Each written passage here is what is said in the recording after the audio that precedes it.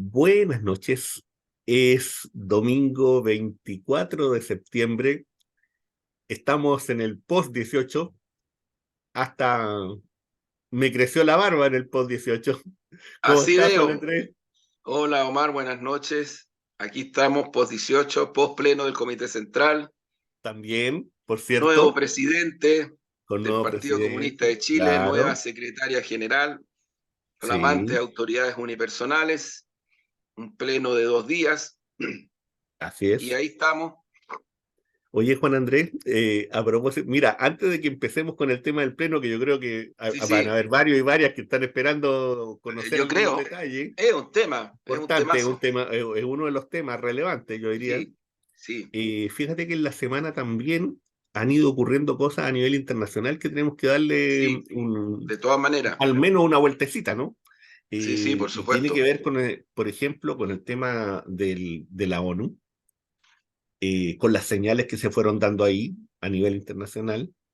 Llamó la atención, por ejemplo, que, por decirlo así, de los presidentes que están dentro de este espacio del nuevo orden mundial, ¿no? De este espacio multipolar, la ausencia del presidente Xi, bueno, la esperada ausencia del presidente Vladimir Putin, por cierto, y la presencia de Lavrov, de su canciller, la ausencia del presidente también de la India, lo que habla por sí mismo, ¿no es cierto?, de ciertas situaciones que se van dando en este espacio, que es donde los presidentes a nivel mundial expresan sus posiciones, sus visiones de mundo, y por tanto también hay ahí un ámbito, ¿no es cierto?, de ciertas tensiones que se van desarrollando a partir de esas visiones. La rusofobia expresada por Biden fue terrible, por ejemplo, dentro de otras intervenciones. Una intervención muy rara de Petro, bien interesante, pero rara al final. Y digo rara, ¿por qué razón? Porque él hace una vuelta, ¿no es cierto?, entre lo que significa el sacar el petróleo y luego llegar al tema verde, una cosa media extraña. Toda la primera parte a mí me gustó mucho, ¿eh? Toda la primera parte donde él se refirió al tema de Estados Unidos, a la invasión de Irak, a la invasión de Siria. O sea, toda esa Libia, parte a mí me gustó muchísimo. Pero sí. esa otra parte como que no la, de repente como que en el realismo mágico me perdí un poco. Bueno, es que Eh, cada jefe de Estado tiene también sus propios temperamentos, particularidades. claro. Las realidades nacionales son, y valga la redundancia, son realidades. La aldea global no se ha comido a los estados nacionales, al revés. Yo creo que esa es otra de las grandes tergiversaciones y estupideces de Fukuyama y todos estos neoliberales, posmodernistas y qué sé yo, que creen que la democracia planetaria llegó. No es Bueno, así. y en Primero, eso no es real. yo te diría que también Pero bueno, yo, el conflicto sí, Ucrania ahí presente, ¿no? Presente absolutamente. Mira, la intervención de Zelensky bien, bien desastrosa, yo, diría yo. yo, sí, yo lo que creo, Omar, que entre lo que ocurrió en La Habana con la reunión de los Ujú, países no alineados, como decía el despacho de Florencia Lago el otro día, ujú, que estaba en La Habana en ese encuentro, ahí estaba representado más del 80% de la población del mundo. En el encuentro que hubo en La Habana de el grupo de los 77 y China, no es más China, es el grupo de los 77 y China, ujú. porque es bien distinto, ¿ah? O sea, no es más, es y China, porque están en un punto de intercambio muy intenso. Esa reunión, insisto, donde estaban representados los países de África, de Asia, de todo el mundo, más del 80% de la población del mundo, Ujú. ahí el tema fue la multilateralidad. Ojo, paréntesis, a propósito de los 50 años, uno de los grandes impulsores del movimiento de los no alineados al calor de la Guerra Fría y el que después se llama el Grupo de los 77 es nuestro respetado, amado, siempre presente y vigente hacia el futuro Salvador Allende, aunque algunos no lo quieran reconocer y van a Naciones Unidas y no hablan una palabra de lo que Allende dijo en Naciones Unidas. Hablan de otras cosas, pero no hablan de eso. Esa reunión en La Habana yo creo que fue un hito crucial y que se incluso posterior en tiempos políticos muy breves a la reunión de los BRICS, lo hemos conversado otras veces, de las grandes potencias, pero además donde deciden incorporar una cantidad de naciones muy significativa a los BRICS y otras que están a la espera y que se van a incorporar también. Por lo tanto, el multilateralismo, desde el punto de vista fáctico, yo diría, desde el punto de vista de su materialidad histórica, desde el punto de vista de su dialéctica, sigue avanzando. Y así se llega a Naciones Unidas. ¿Y qué es lo que pasa en Naciones Unidas? Que presidentes como Lula, como el canciller Lavrov y otros, lo que hacen es cuestionar no a las Naciones Unidas como organismo, sino que cuestionarla por ser tan dependiente y subordinada a los intereses del imperialismo norteamericano y de la OTAN. Ese fue un cuestionamiento explícito, directo.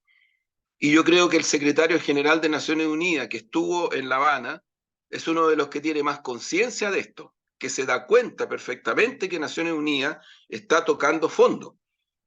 Y lo hacen tocar fondo estas políticas hegemónicas norteamericanas o de la OTAN de una manera brutal y violenta. Aquí la guerra por la hegemonía está desatada. Lavrov, entre otras cosas, lo que planteaba era el riesgo militar que tiene el movimiento militarista y guerrerista norteamericano y la OTAN en el Asia-Pacífico, porque no es solamente Ucrania, es en el Asia-Pacífico también. Ojo que aquí no hablamos nada de eso, pero yo le pediría a las amigas y amigos que nos escuchan, que nos ven, métanse en los portales en donde hay información militar de nuestra región. Van a quedar sorprendidas y sorprendidos. Sorprendidas y sorprendidos. Hay una cantidad de movimientos militares que no tienen que ver con eventuales conflictos entre países, tienen que ver con la hegemonía militar norteamericana y la subordinación de las Fuerzas Armadas de nuestros países a esa lógica y a esa hegemonía. Entonces yo creo que lo que ocurrió, Omar, con estos cierres en Naciones Unidas fue una evidencia muy, para mi gusto, lamentable, casi trágica, de un organismo que surge al calor de la Segunda Guerra Mundial, a los fines de la Segunda Guerra Mundial, cuando el planeta entero se sacudió y se estremeció por lo que significó esa guerra desde el punto de vista de las matanzas, de las muertes de seres humanos, de la destrucción. O sea, yo no sé, yo por lo menos no soy de los que le ponen épica a las guerras, Omar, a ninguna. Las guerras son terribles. Y bueno, como se ha llegado a un punto de referencia a partir del cual la brutalidad también tiene una épica para algunas y para algunos, particularmente los intereses imperialistas, hegemónicos, los intervencionistas, las dictaduras militares, como decía la UDI el otro día, al considerar inevitable el golpe en Chile y por lo tanto la intervención norteamericana en Chile. Ese es el mundo real. Yo creo que poco se ha informado, poco se ha hablado. Han habido alguna referencia a lo que dijo el presidente Boric. Él hizo una condena fuerte al bloqueo imperialista norteamericano a Cuba, cuestionó las sanciones unilaterales a Venezuela.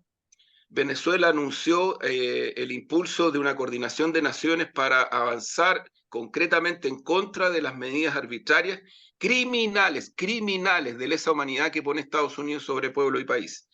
Pero fíjate que después de eso la vocera del Departamento de Estado norteamericano dice que Estados Unidos no va a sacar de la lista de países, entre comillas, terroristas a Cuba. Ya lo anunció. Entonces, por eso es que cuando Lavrov dice, ¿de qué sirve Naciones Unidas? Si aquí no se pueden parar las brutalidades de los Estados Unidos y sus aliados, ¿de qué sirve? Yo creo que el camino hacia la paz no es el camino de reunirse con Zelensky. Eso es muy complejo. Ese no es el camino hacia la paz. Distinto es todos los esfuerzos que han hecho distintos gobernantes, Lula, el presidente chino, el Papa, para tratar de establecer mesas de negociaciones, corredores humanitarios, en fin, hay un esfuerzo de esa naturaleza. Pero reunirse con Zelensky para de alguna manera justificar o legitimar una postura, a mí me parece extraordinariamente grave. Y quiero decir que para mí, militante del Partido Comunista y de la izquierda chilena, es recontra grave. Porque ocurre que Zelensky tiene en su cuerpo 2 masacres de comunistas ucranianos. 2. Y más, pero 2 voy a mencionar. Una de jóvenes comunistas, cerca de 40 o más de 40 jóvenes comunistas masacrados, asesinados por la dictadura de Zelensky, y otra a militancia comunista que también está ahí en el registro de la historia. Y hace semanas atrás detuvieron al secretario general del Partido Comunista Ucraniano y a la segunda autoridad política del Partido Comunista Ucraniano. Entonces, para mí, de verdad que darle cierta legitimidad a un tirano, a un genocida, a un neofascista es muy complejo. Yo estoy y nosotros estamos por el camino de la paz, por las negociaciones, pero otra cosa muy distinta es plantearse en un gesto que es invariable, o sea, es un gesto que yo creo que es el que es, no se puede desconocer. Y yo creo que hay que mirar más los intereses nacionales del Estado chileno, hay que mirar más lo que significa una política multilateral en donde uno, que además es la tradición de Chile, o sea, es la tradición del gobierno de Allende, pero también de Frei Montalva, de Alessandri, si esto viene de tiempo atrás, que es, o sea, que es el respeto a la soberanía de las naciones independiente del gobierno, lo que no significa no tener opinión, ojo. Pero cuando tú machacas y machacas y le das y le das y le das, lo que estás haciendo es ponerte en la posición de nota a otros países o a otros gobiernos, y eso, para mi gusto, es extraordinariamente complejo. Mira lo que ha pasado, positivamente digo, en tan poco tiempo con avanzar a una relación bilateral en el contexto de la multilateralidad con Bolivia. Chile-Bolivia. Están pasando cosas súper positivas para enfrentar el tema de migración a escala humana, para enfrentar los crímenes del crimen organizado, y valga la redundancia. Y yo creo que en esa dirección se tiene que ir con Venezuela rápido. Ahora está en estos días el tema del Tren de Aragua. Si el Tren de Aragua también está en Chile, no sacamos nada con hacer mucho academicismo. Y hay posibilidades de avanzar en coordinaciones con Venezuela, con Colombia, en fin, con temas de migración a escala humana, con otros temas. Pero eso es integración en concreto, de eso estamos hablando. Eso es lo que el imperialismo yanqui no quiere, interviene y busca las formas que permitan impedir aquellos procesos. Porque finalmente, ¿qué es lo que le interesa a nuestra región? Que China desaparezca de la región, controlar el litio, el hidrógeno verde y chao, ¿qué más? Y chao, o sea, en Grecia le están poniendo las transnacionales, un gobierno de derecha, que si sale caso, sale la Matei y va a ser así, le están poniendo, aumentaron la jornada de días de trabajo y además le subieron las horas de trabajo. O sea, esta es la esclavitud posmoderna, neoliberal. Entonces, yo creo que el rebote de Naciones Unidas, para mi gusto, tiene que ver con este sustrato y, a pesar de todo, mi impresión es que el multilateralismo empujado por Rusia, China, la India, Cuba, el presidente Díaz-Canel se paseó por Nueva York, en la zona en donde viven las comunidades afrodescendientes, caminó por las calles, había un acto de masas ahí, algo así hizo el comandante Fidel Castro hace muchos años atrás, Díaz-Canel lo hizo, pero Díaz-Canel habló como presidente en Naciones Unidas, no solamente de Cuba, sino como presidente del grupo de los 77. O sea, habló en representación de más del 80% de la población de nuestro planeta. Yo me inclino y admiro la política exterior cubana de solidaridad, de internacionalismo, de respeto al derecho internacional. Francamente, una isla pequeñita capaz de abrir paso a cosas que son de extraordinaria importancia. Y a veces hay que ser más humilde y aprender de las cosas buenas. Aprender de las cosas buenas y saber evitar que te empiecen a envolver, que te empiecen a envolver y te empiecen a envolver y terminas haciendo cosas bien atroces, que eso es lo peligroso en el caso de nuestro Estado Nacional. Yo tengo entendido que el presidente Gabriel va en los próximos días a China. Entonces ya le metieron el temita en las preguntas que le hacen los periodistas y los derechos humanos. Entonces yo te digo, esta es una cuestión brutal, porque esos mismos periodistas y esos mismos medios tienen el doble rasero porque no dicen nada sobre las masacres que comete Estados Unidos. Nada, no dicen nada. Y no se trata de equiparar, se trata de respetar de verdad los derechos humanos. ¿Ha escuchado, amigo, usted hablar de algún medio hegemónico, corporativo, transnacional y en nuestro propio país de las masacres de Zelensky a comunistas ucranianos? Son masacres, ¿eh? No estamos hablando de otra cosa, son masacres, decenas y decenas de personas. Entonces, yo creo que hay que tener más visión de campo, más humanismo y también, obviamente, lo digo con mucho respeto, pero más humildad respecto de las posiciones que se toman como política de Estado. Ahí me quedo, Omar. Oye, Juan Andrés, bueno, recordar que estamos en Crónica Digital, analizando la semana política, y fíjate que, Juan Andrés, que en este mismo tema, ¿no? Y eh, hay una intervención de un economista norteamericano que es Jeffrey Sachs, que hace una reflexión sobre el tema eh, del conflicto en Ucrania, que yo creo que es bien importante escucharla, primero porque la dice él, Sí, a claro. veces cuando la dice un gringo es más escuchado de lo que pueda decir el ministro americano, por una parte. Es así, Lo que no es menor. Y sí. entonces, ¿qué es lo que pasa? Que en eso creo que también es un mensaje para algunos profesores de Derecho Internacional que aparecen en algunos medios diarios haciendo análisis del por qué ciertos sectores de la izquierda, ¿no es cierto?, están hoy día, ¿no es cierto?, contra Ucrania. Y creen que es porque son solamente anti-norteamericanos, porque se les ocurrió ser anti-norteamericanos, un día despertaron así. Yo creo que hay que a veces tomar en consideración estas cosas. Entonces, un Démosle. momentito. Sí, le damos ahí, pero un momentito que estaba ahí con el tema. Ah, no, estamos listos con el tema del sonido, que eso siempre, de repente. Professor Sachs, we have to start with the war in Ukraine. It affects us all, but your position, I would say, it's not exactly as the position of the US government. My position is this war could end soon, even right away, on the basis of reasonable negotiations. The American position is no, the only way this war can end is to defeat Putin. To my mind, that is both wrong and completely unrealistic. President Biden says we are going to win 100%. How do you defeat a country with 1,600 nuclear weapons?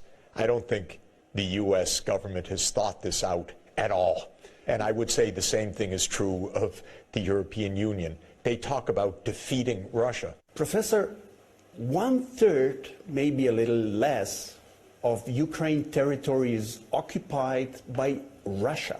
So insisting on negotiations right now means that Putin is winning. Well, I already gave my advice many times to the Ukrainian people and government, which is don't get caught in a proxy war between the U.S. and Russia because your country will be destroyed.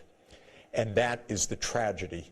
I said to the Ukrainians, look at Afghanistan. Is that what you want to look at? 15 years of occupation and continued destruction, 20 years basically from the time of the U.S. invasion. Don't do it. I told them all my life the U.S. has been, quote, helping, in quotation marks, Vietnam, Cambodia, Laos, Iraq, Syria, Libya. What kind of help? This ends up destroying the country. In the U.S., starting in 1992, the dominant group in American security policy came to believe that the U.S. is the world's only superpower. So the whole mindset in the U.S. East Coast elite is the U.S. runs the world and should run the world. Don't you think that Ukrainians, they don't have the right to choose their own future? The Ukrainians have the right to choose their own economic future, their own political future, but not their own military future. Because choosing their own military future, for example, Ukraine saying, our future is that the U.S. has military bases in Ukraine, is not a choice that Ukraine can make by itself. That's a threat to Russia. I would advise strongly the Mexican government, for example, do not make a military alliance with China. That's not your choice. That would be a threat. By the way, if Mexico one day said, we listened to the U.S., they said we can do anything we want, we're a free people, we choose China as our partner, I would predict that the U.S. invasion of Mexico would start within about a minute. I strongly advise the Mexican government not to make a military alliance with China. Professor, how can we understand relatively hawkish position of the European allies? I'm really disappointed in European leaders right now because I know privately they have all sorts of views that they are not explaining to their public. I've spoken to the heads of government in Europe where they've said to me, for example, NATO enlargement, very bad idea. In fact, Scholz went to Russia in February 2022 and said to Putin, as long as I'm chancellor, NATO's not expanding. And Putin looked at him and said, yeah, how long are you going to be chancellor? I need the United States as my counterpart, not you. And he told the truth. This is a U.S. alliance. It's not a German alliance. And the U.S. is absolutely on the hardline side. The real mindset now of the U.S. leadership is we have two enemies that threaten our unipolar world. One is minor. That's Russia. We'll weaken them. We'll have the war for a while. We'll wear them down. But that's a second-rate regional power. They forget about 1,600 nuclear weapons. They forget about 11 time zones. They forget about some of the largest resource deposits in the world. They forget about the talents of the Russian people. All of that. No, Russia, but we'll weaken them. We'll weaken them. The one that's terrifying them is China. They don't quite know what to do. So right now, one of the arguments is we need to be tough in Ukraine to show China we mean business. If we back down now, what's China going to do over Taiwan? Honestly, Ukraine isn't even the center of attention. Ukraine thinks, oh, this is a war about us. No. First, it's a war to weaken Russia, in which Ukraine is stuck, losing hundreds of thousands of people and cities. It's horrible. But it's not even about Ukraine in the twisted mindset of some of these elites. It's about China.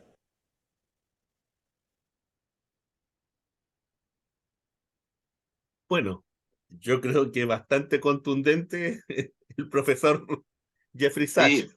Sí, dejémosla ahí, sí. Dejémoslo ahí, sí. Yo creo que con eso queda más que cerrado ese tema. Oye, Juan Andrés. Sí, no, súper. Juan Andrés, fíjate que, bueno, el fin de semana hubo pleno el Partido Comunista. Habían una serie de cuestiones que estaban ahí pendientes, algunas que tenían que ver con su presidencia, ¿cierto?, con su secretaría general, más otros temas, ¿no es cierto?, de la orientación política. ¿Cómo fue el clima, Juan Andrés? ¿Y qué significa, ¿no es cierto?, esta presidencia de Lautaro y la secretaría general, por cierto, para algunos que pudiera ser sorpresiva, de Bárbara Figueroa?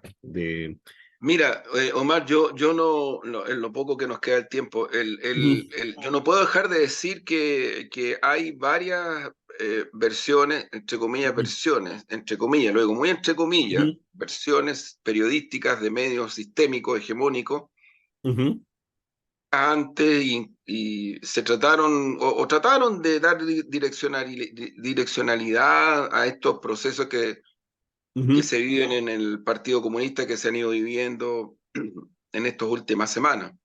Yo lo que quiero decir es que en función de los hechos, esas, entre comillas, versiones fueron, la mayoría, tremendamente equivocadas. Entonces uno se pregunta hasta dónde llegan medios de comunicación sobre la base de que dicen que sus fuentes son creíbles a direccionar información que finalmente en los procesos reales termina muy equivocada. muy incierta. Como en Chile no tenemos pluralismo y por lo tanto, si uno mira la versión del Pleno hoy día en el EMOL, en La Tercera y en otros medios más, es la misma en cuanto a direccionalidad, y eso pasaba los días previos. Entonces, claro, tú no tienes pluralismo nomás, po.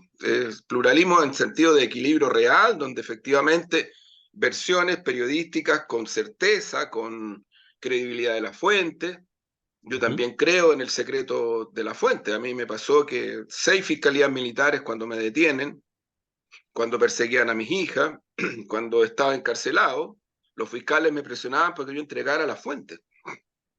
Y yo la fuente no la entregué porque hay un principio del periodismo que es el secreto de la fuente. Pero ¿sabes cuál es la diferencia? Que lo que la fuente a mí me decían y se los decía en su cara a los fiscales, era cierto. Nosotros no inventamos la lista, los nombres de la lista de 1.200 agentes de la CNI. No inventamos cuando describimos cómo secuestraron a José Manuel Parada, a Manuel Guerrero y Santiago Anatino y después los matan y cómo los matan. No lo inventamos. Esa contrastación incluso la hicimos después con el ministro Milton Huica, que estaba haciendo la investigación. Por lo tanto, yo diría que ahí hay puntos de referencia. Si no es que uno no conozca eso, no es que uno ande a la siga de los medios. No se victimicen, no se victimicen. Pero es evidente que buscaron generar direccionalidades y, en fin, no es nuevo en el caso del Partido Comunista, lo han hecho durante muchas semanas, mucho tiempo. Estas filtraciones, estas cosas de direccionalidades, pero que se condorean, como decimos en Chile, se condorean nomás. ¿Qué es lo que concretamente yo creo que es importante considerar? Lo concreto es que, de acuerdo a sus procedimientos y sus procedimientos formales, el Partido Comunista lo que hizo fue, a partir de una reflexión y de un análisis de la Comisión Política del partido, hacer una propuesta al Comité Central. ¿Y que hubo debate? Es cierto que hubo debate, pero ¿por qué no lo iba a haber? ¿Acaso somos robots? ¿Somos marcianas? ¿Somos marcianos? ¿Acaso que los comunistas debatan es extraño? O sea, ¿no tenemos derecho a debatir? Porque se trata de poner así, a las versiones estas que yo te comento, tratan de poner las cosas así. Y hay victimizaciones, en fin, un montón de otras cosas más. Pero bueno, se debatió y la Comisión Política hizo una propuesta al Comité Central. Este Comité Central que terminó hoy, al mediodía, que partió ayer en la mañana, sábado en la mañana, es uno de los más asistidos de los últimos que han habido. En cuanto a la cantidad de compañeras y compañeros del Comité Central que asistieron.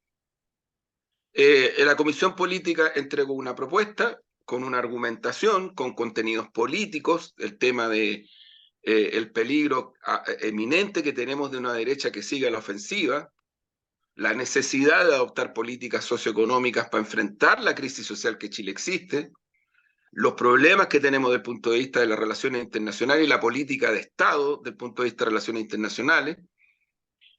Hubieron varios temas, Omar, que están y que son públicos. En el documento que se entregó hoy día, yo fui parte de la mesa, éramos varias compañeras y compañeros, éramos varios, éramos como 7.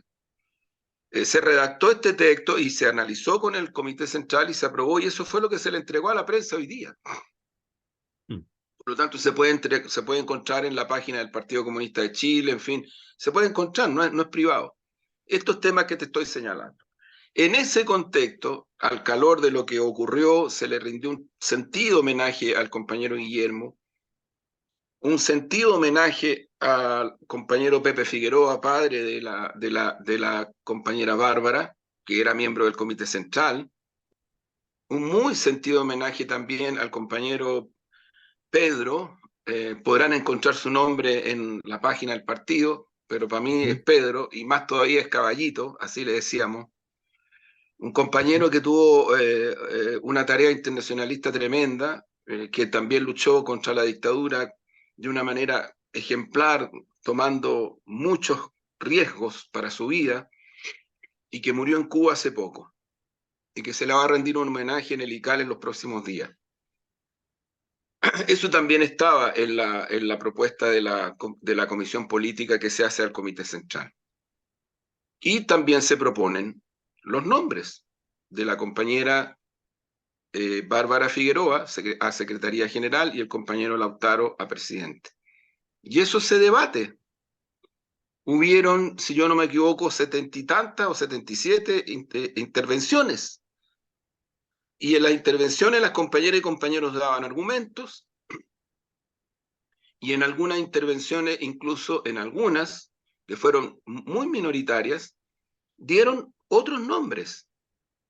Y otras compañeras y compañeros dijeron, tal vez no sea el momento de definir el tema de la Secretaría General. Así fue. Así fue, y fue por tanto una cosa súper, ¿cómo decirlo?, súper transparente. Si alguien quiere no creer que los comunistas no podemos debatir o no podemos tener este tipo de intercambios, yo creo que tiene que tratar de un poquito sacarse los prejuicios y los estereotipos, porque nosotros somos parte de este país, somos parte de una cultura de la oralidad, somos parte también de una idiosincrasia. Somos un partido que quiere, no es que nos pongamos moralinos o moralina y a no sé qué cosa y que todos los demás los miremos para abajo, no es verdad, no es así. Y si hay alguien que está en esta trinchera y le pone a eso, creo yo personalmente, con humildad lo digo, pero con mucha convicción, está muy equivocado.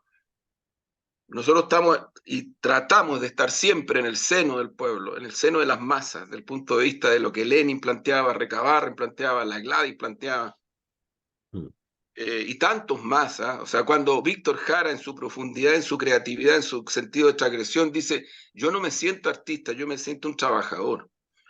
No lo dice por falsa modestia, lo dice porque lo cree. Y es muy profundo lo que dice Víctor Jara cuando hace ese enunciado. Porque en el contexto en el cual se vivía, y lo hay todavía, pues Omar, un cierto sentido elitista del artista, que él contrapone, siendo la genialidad que era. Bueno, pero Neruda y la Gabriela Mistral y la Violeta Parra y Pato Más, del cual tuve el honor de ser amigo e incluso lanzarle un libro en la USACH. Y que además el Pato tenía su carácter, no digamos que era un Sí, tipo pero era sí. muy transparente y muy sólido en sus principios. Bueno, eso fue lo que hicimos. Anoche terminamos recontra tarde, una jornada intensísima, y de ahí sale un resultado.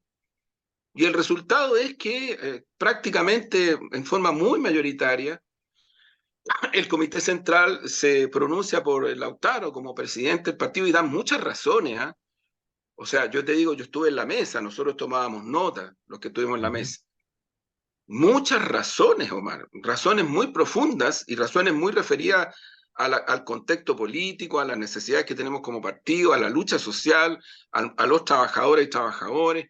No todas las opiniones eran iguales, por supuesto, eran a veces muy distintas unas de otras, pero sí, yo quiero decir, objetivamente, porque creo en la objetividad, entre las opiniones de estos 70 y tantos compañeras y compañeros del Comité Central no habían posiciones contrapuestas, por lo menos explícitamente no las habían, no las habían.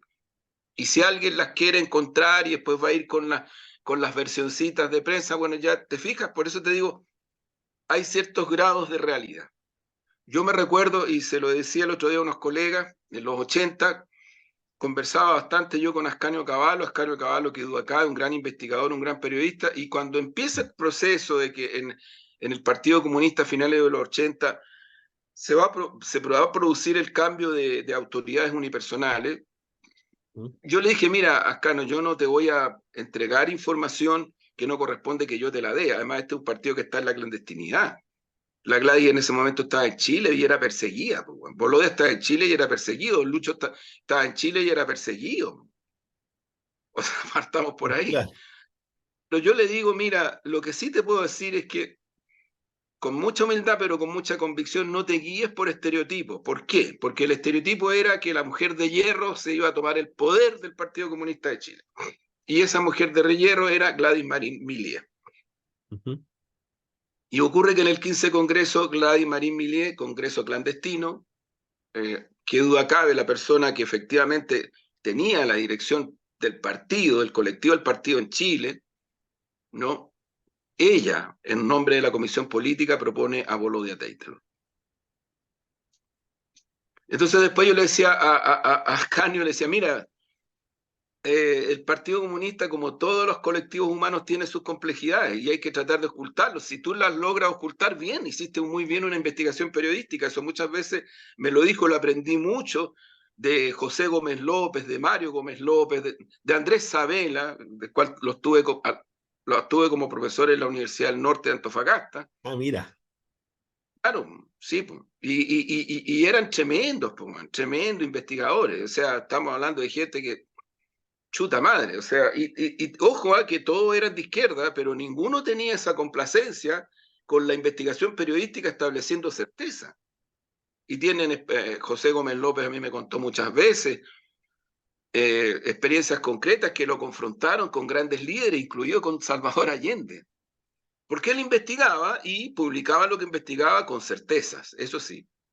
Y ahí hay una particularidad desde el punto de vista de las fuentes y lo que las fuentes también hacen direccionar a los medios y cómo los medios ese antecedente lo tienen que tener, porque si no, uno dice, bueno, pero es que mi fuente no me miente. Sí, pero es que tu fuente te está diciendo algo que le interesa decirte con una direccionalidad. No es que te esté mintiendo, es un poquito más complejo que eso. Sí. Pero bueno, en fin, asumiendo que no hay en este país medios hegemónicos que quieran tratar con objetividad al Partido Comunista de Chile. O sea, partamos por ahí. Sí. Bueno, ¿y qué ocurrió?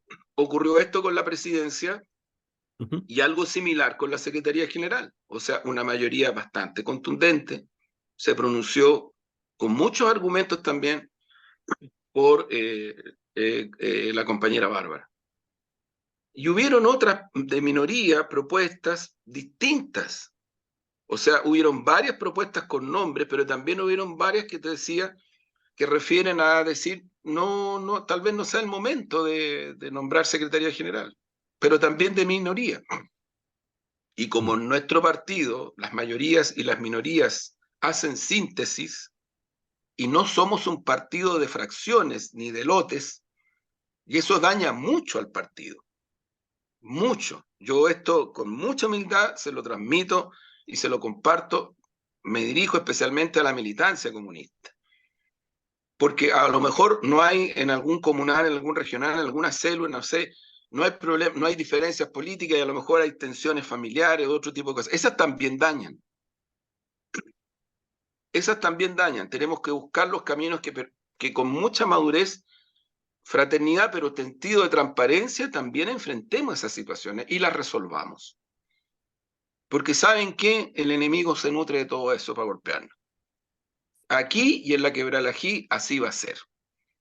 Entonces, para nosotros también es un tema de pervivencia sostener un instrumento político que tiene la historia que tiene, más de 100 años, y que tiene estas características. Yo le doy mucho sentido de historicidad a lo que ocurrió este fin de semana, Omar, porque creo que se tomaron, como te digo, temas tan importantes como la situación crítica que vive el país, el riesgo que tenemos a puerta de que la derecha llegue por vía de elecciones a controlar municipios, a controlar parlamentos, a controlar gobierno. Y mira lo que están haciendo en el proceso constituyente, si no es leseo. O sea, aquí podría haber una regresión tremenda, tremenda, y hay que pararla. Sí. Eso se discutió y se propuso por parte de la Comisión Política y las compañeras y compañeros del Comité Central opinaban sobre esto. Opinaban sobre los temas críticos que tenemos a nivel de carencias sociales, que las viven, son compañeras y compañeros que vinieron de regiones, muchas y muchos de ellos con mucho sacrificio. Y contaban y describían situaciones tremendas, terribles en sus regiones. Terribles, ¿ah? Del punto de vista social, del punto de vista humano. Eso fue parte de sus intervenciones también. También hubo opiniones respecto de la política internacional de nuestro gobierno y de la política internacionalista del Partido Comunista de Chile. Preocupación fuerte por Cuba, preocupación fuerte por lo que está ocurriendo en nuestra región. Preocupación fuerte por la lucha por la paz, en el caso de Ucrania y más bien, más que Ucrania, ¿no? Estados Unidos, la Sí. OTAN versus Rusia. Exactamente. porque a esta altura ya no sé quién cree que esa es una guerra entre Rusia y Ucrania. O sea, francamente, lo que decía el experto este Sí, que Jeffrey no hay nada Sachs, que sí. comentar, ¿no? Tiró argumentos sólidos. Sí, Y eso fue, ni más ni menos, creo, es lo que puedo comentar, Omar, de la reunión del Comité Central del Partido, que, insisto, tiene mucha historicidad. Tiene mucha historicidad. Yo creo que el Comité Central se tensionó, debatió, acordó, y hoy día la tarea es empujar para adelante con todo porque los desafíos que tenemos son recontra grandes. Recontra grandes. Acaba de salir la última CADEM, da unos datos sí, que uno puede relativizarlo o no, pero da unos datos respecto al tema del proceso constituyente. sí. Y yo creo que, Otros datos, mira, yo creo que en el próximo programa, Juan Andrés, tenemos que profundizar un poco más en el proceso constituyente, porque ya están sin saliendo duda. datos duros sobre eso y bien preocupantes por lo demás. Mira, yo te sugiero ahí que podríamos invitar gente que puede entregarnos mucho análisis Ujú. de eso y que lo han vivido, ¿ah? Porque lo están viviendo todos estos días. O sea, no es que Claro, estén desde fuera, lo han vivido todos estos días, tienen mucha información y efectivamente, bueno, este fue uno de los temas también del Pleno del Comité Central, que está en el documento público. O sea, la altísima preocupación del Partido Comunista respecto de la posibilidad de un intento de retroceso brutal, sí, brutal. Pero eso fue. sí. Bueno, compañero, para cerrar, vamos con un poemita. Vamos con el poema Vamos entonces, con pues. un poemita a propósito de una, de una cierta concepción de la geografía. Geografía. Una bolsa de té atada a la melancolía. La mesa ubicada en disposición oriente, lo que puede traducirse con vista a la cordillera o al flagelo de un manto cubierto de lágrimas suicidas. Al poniente, un televisor conectado al planeta CNN. En el norte, una espesa selva de espejos opacos, cuyo camino en apariencia recto nos conduce a una niña jugando su verde ilusión sobre una bicicleta alada en una tarde de helechos. Al sur, una puerta que, como adivinas, conduce a otra puerta, y esta a su vez se pierde por unas escaleras surcidas de palabras, cuyo objetivo último es subir y bajar, como si te condujeran al laberinto de las desilusiones. Y este tuviera colgado un cuadro cuyo nombre parece decir Los náufragos o algo así. Ah, qué buena. Buena, buena. Gracias, Así gracias Omar nomás.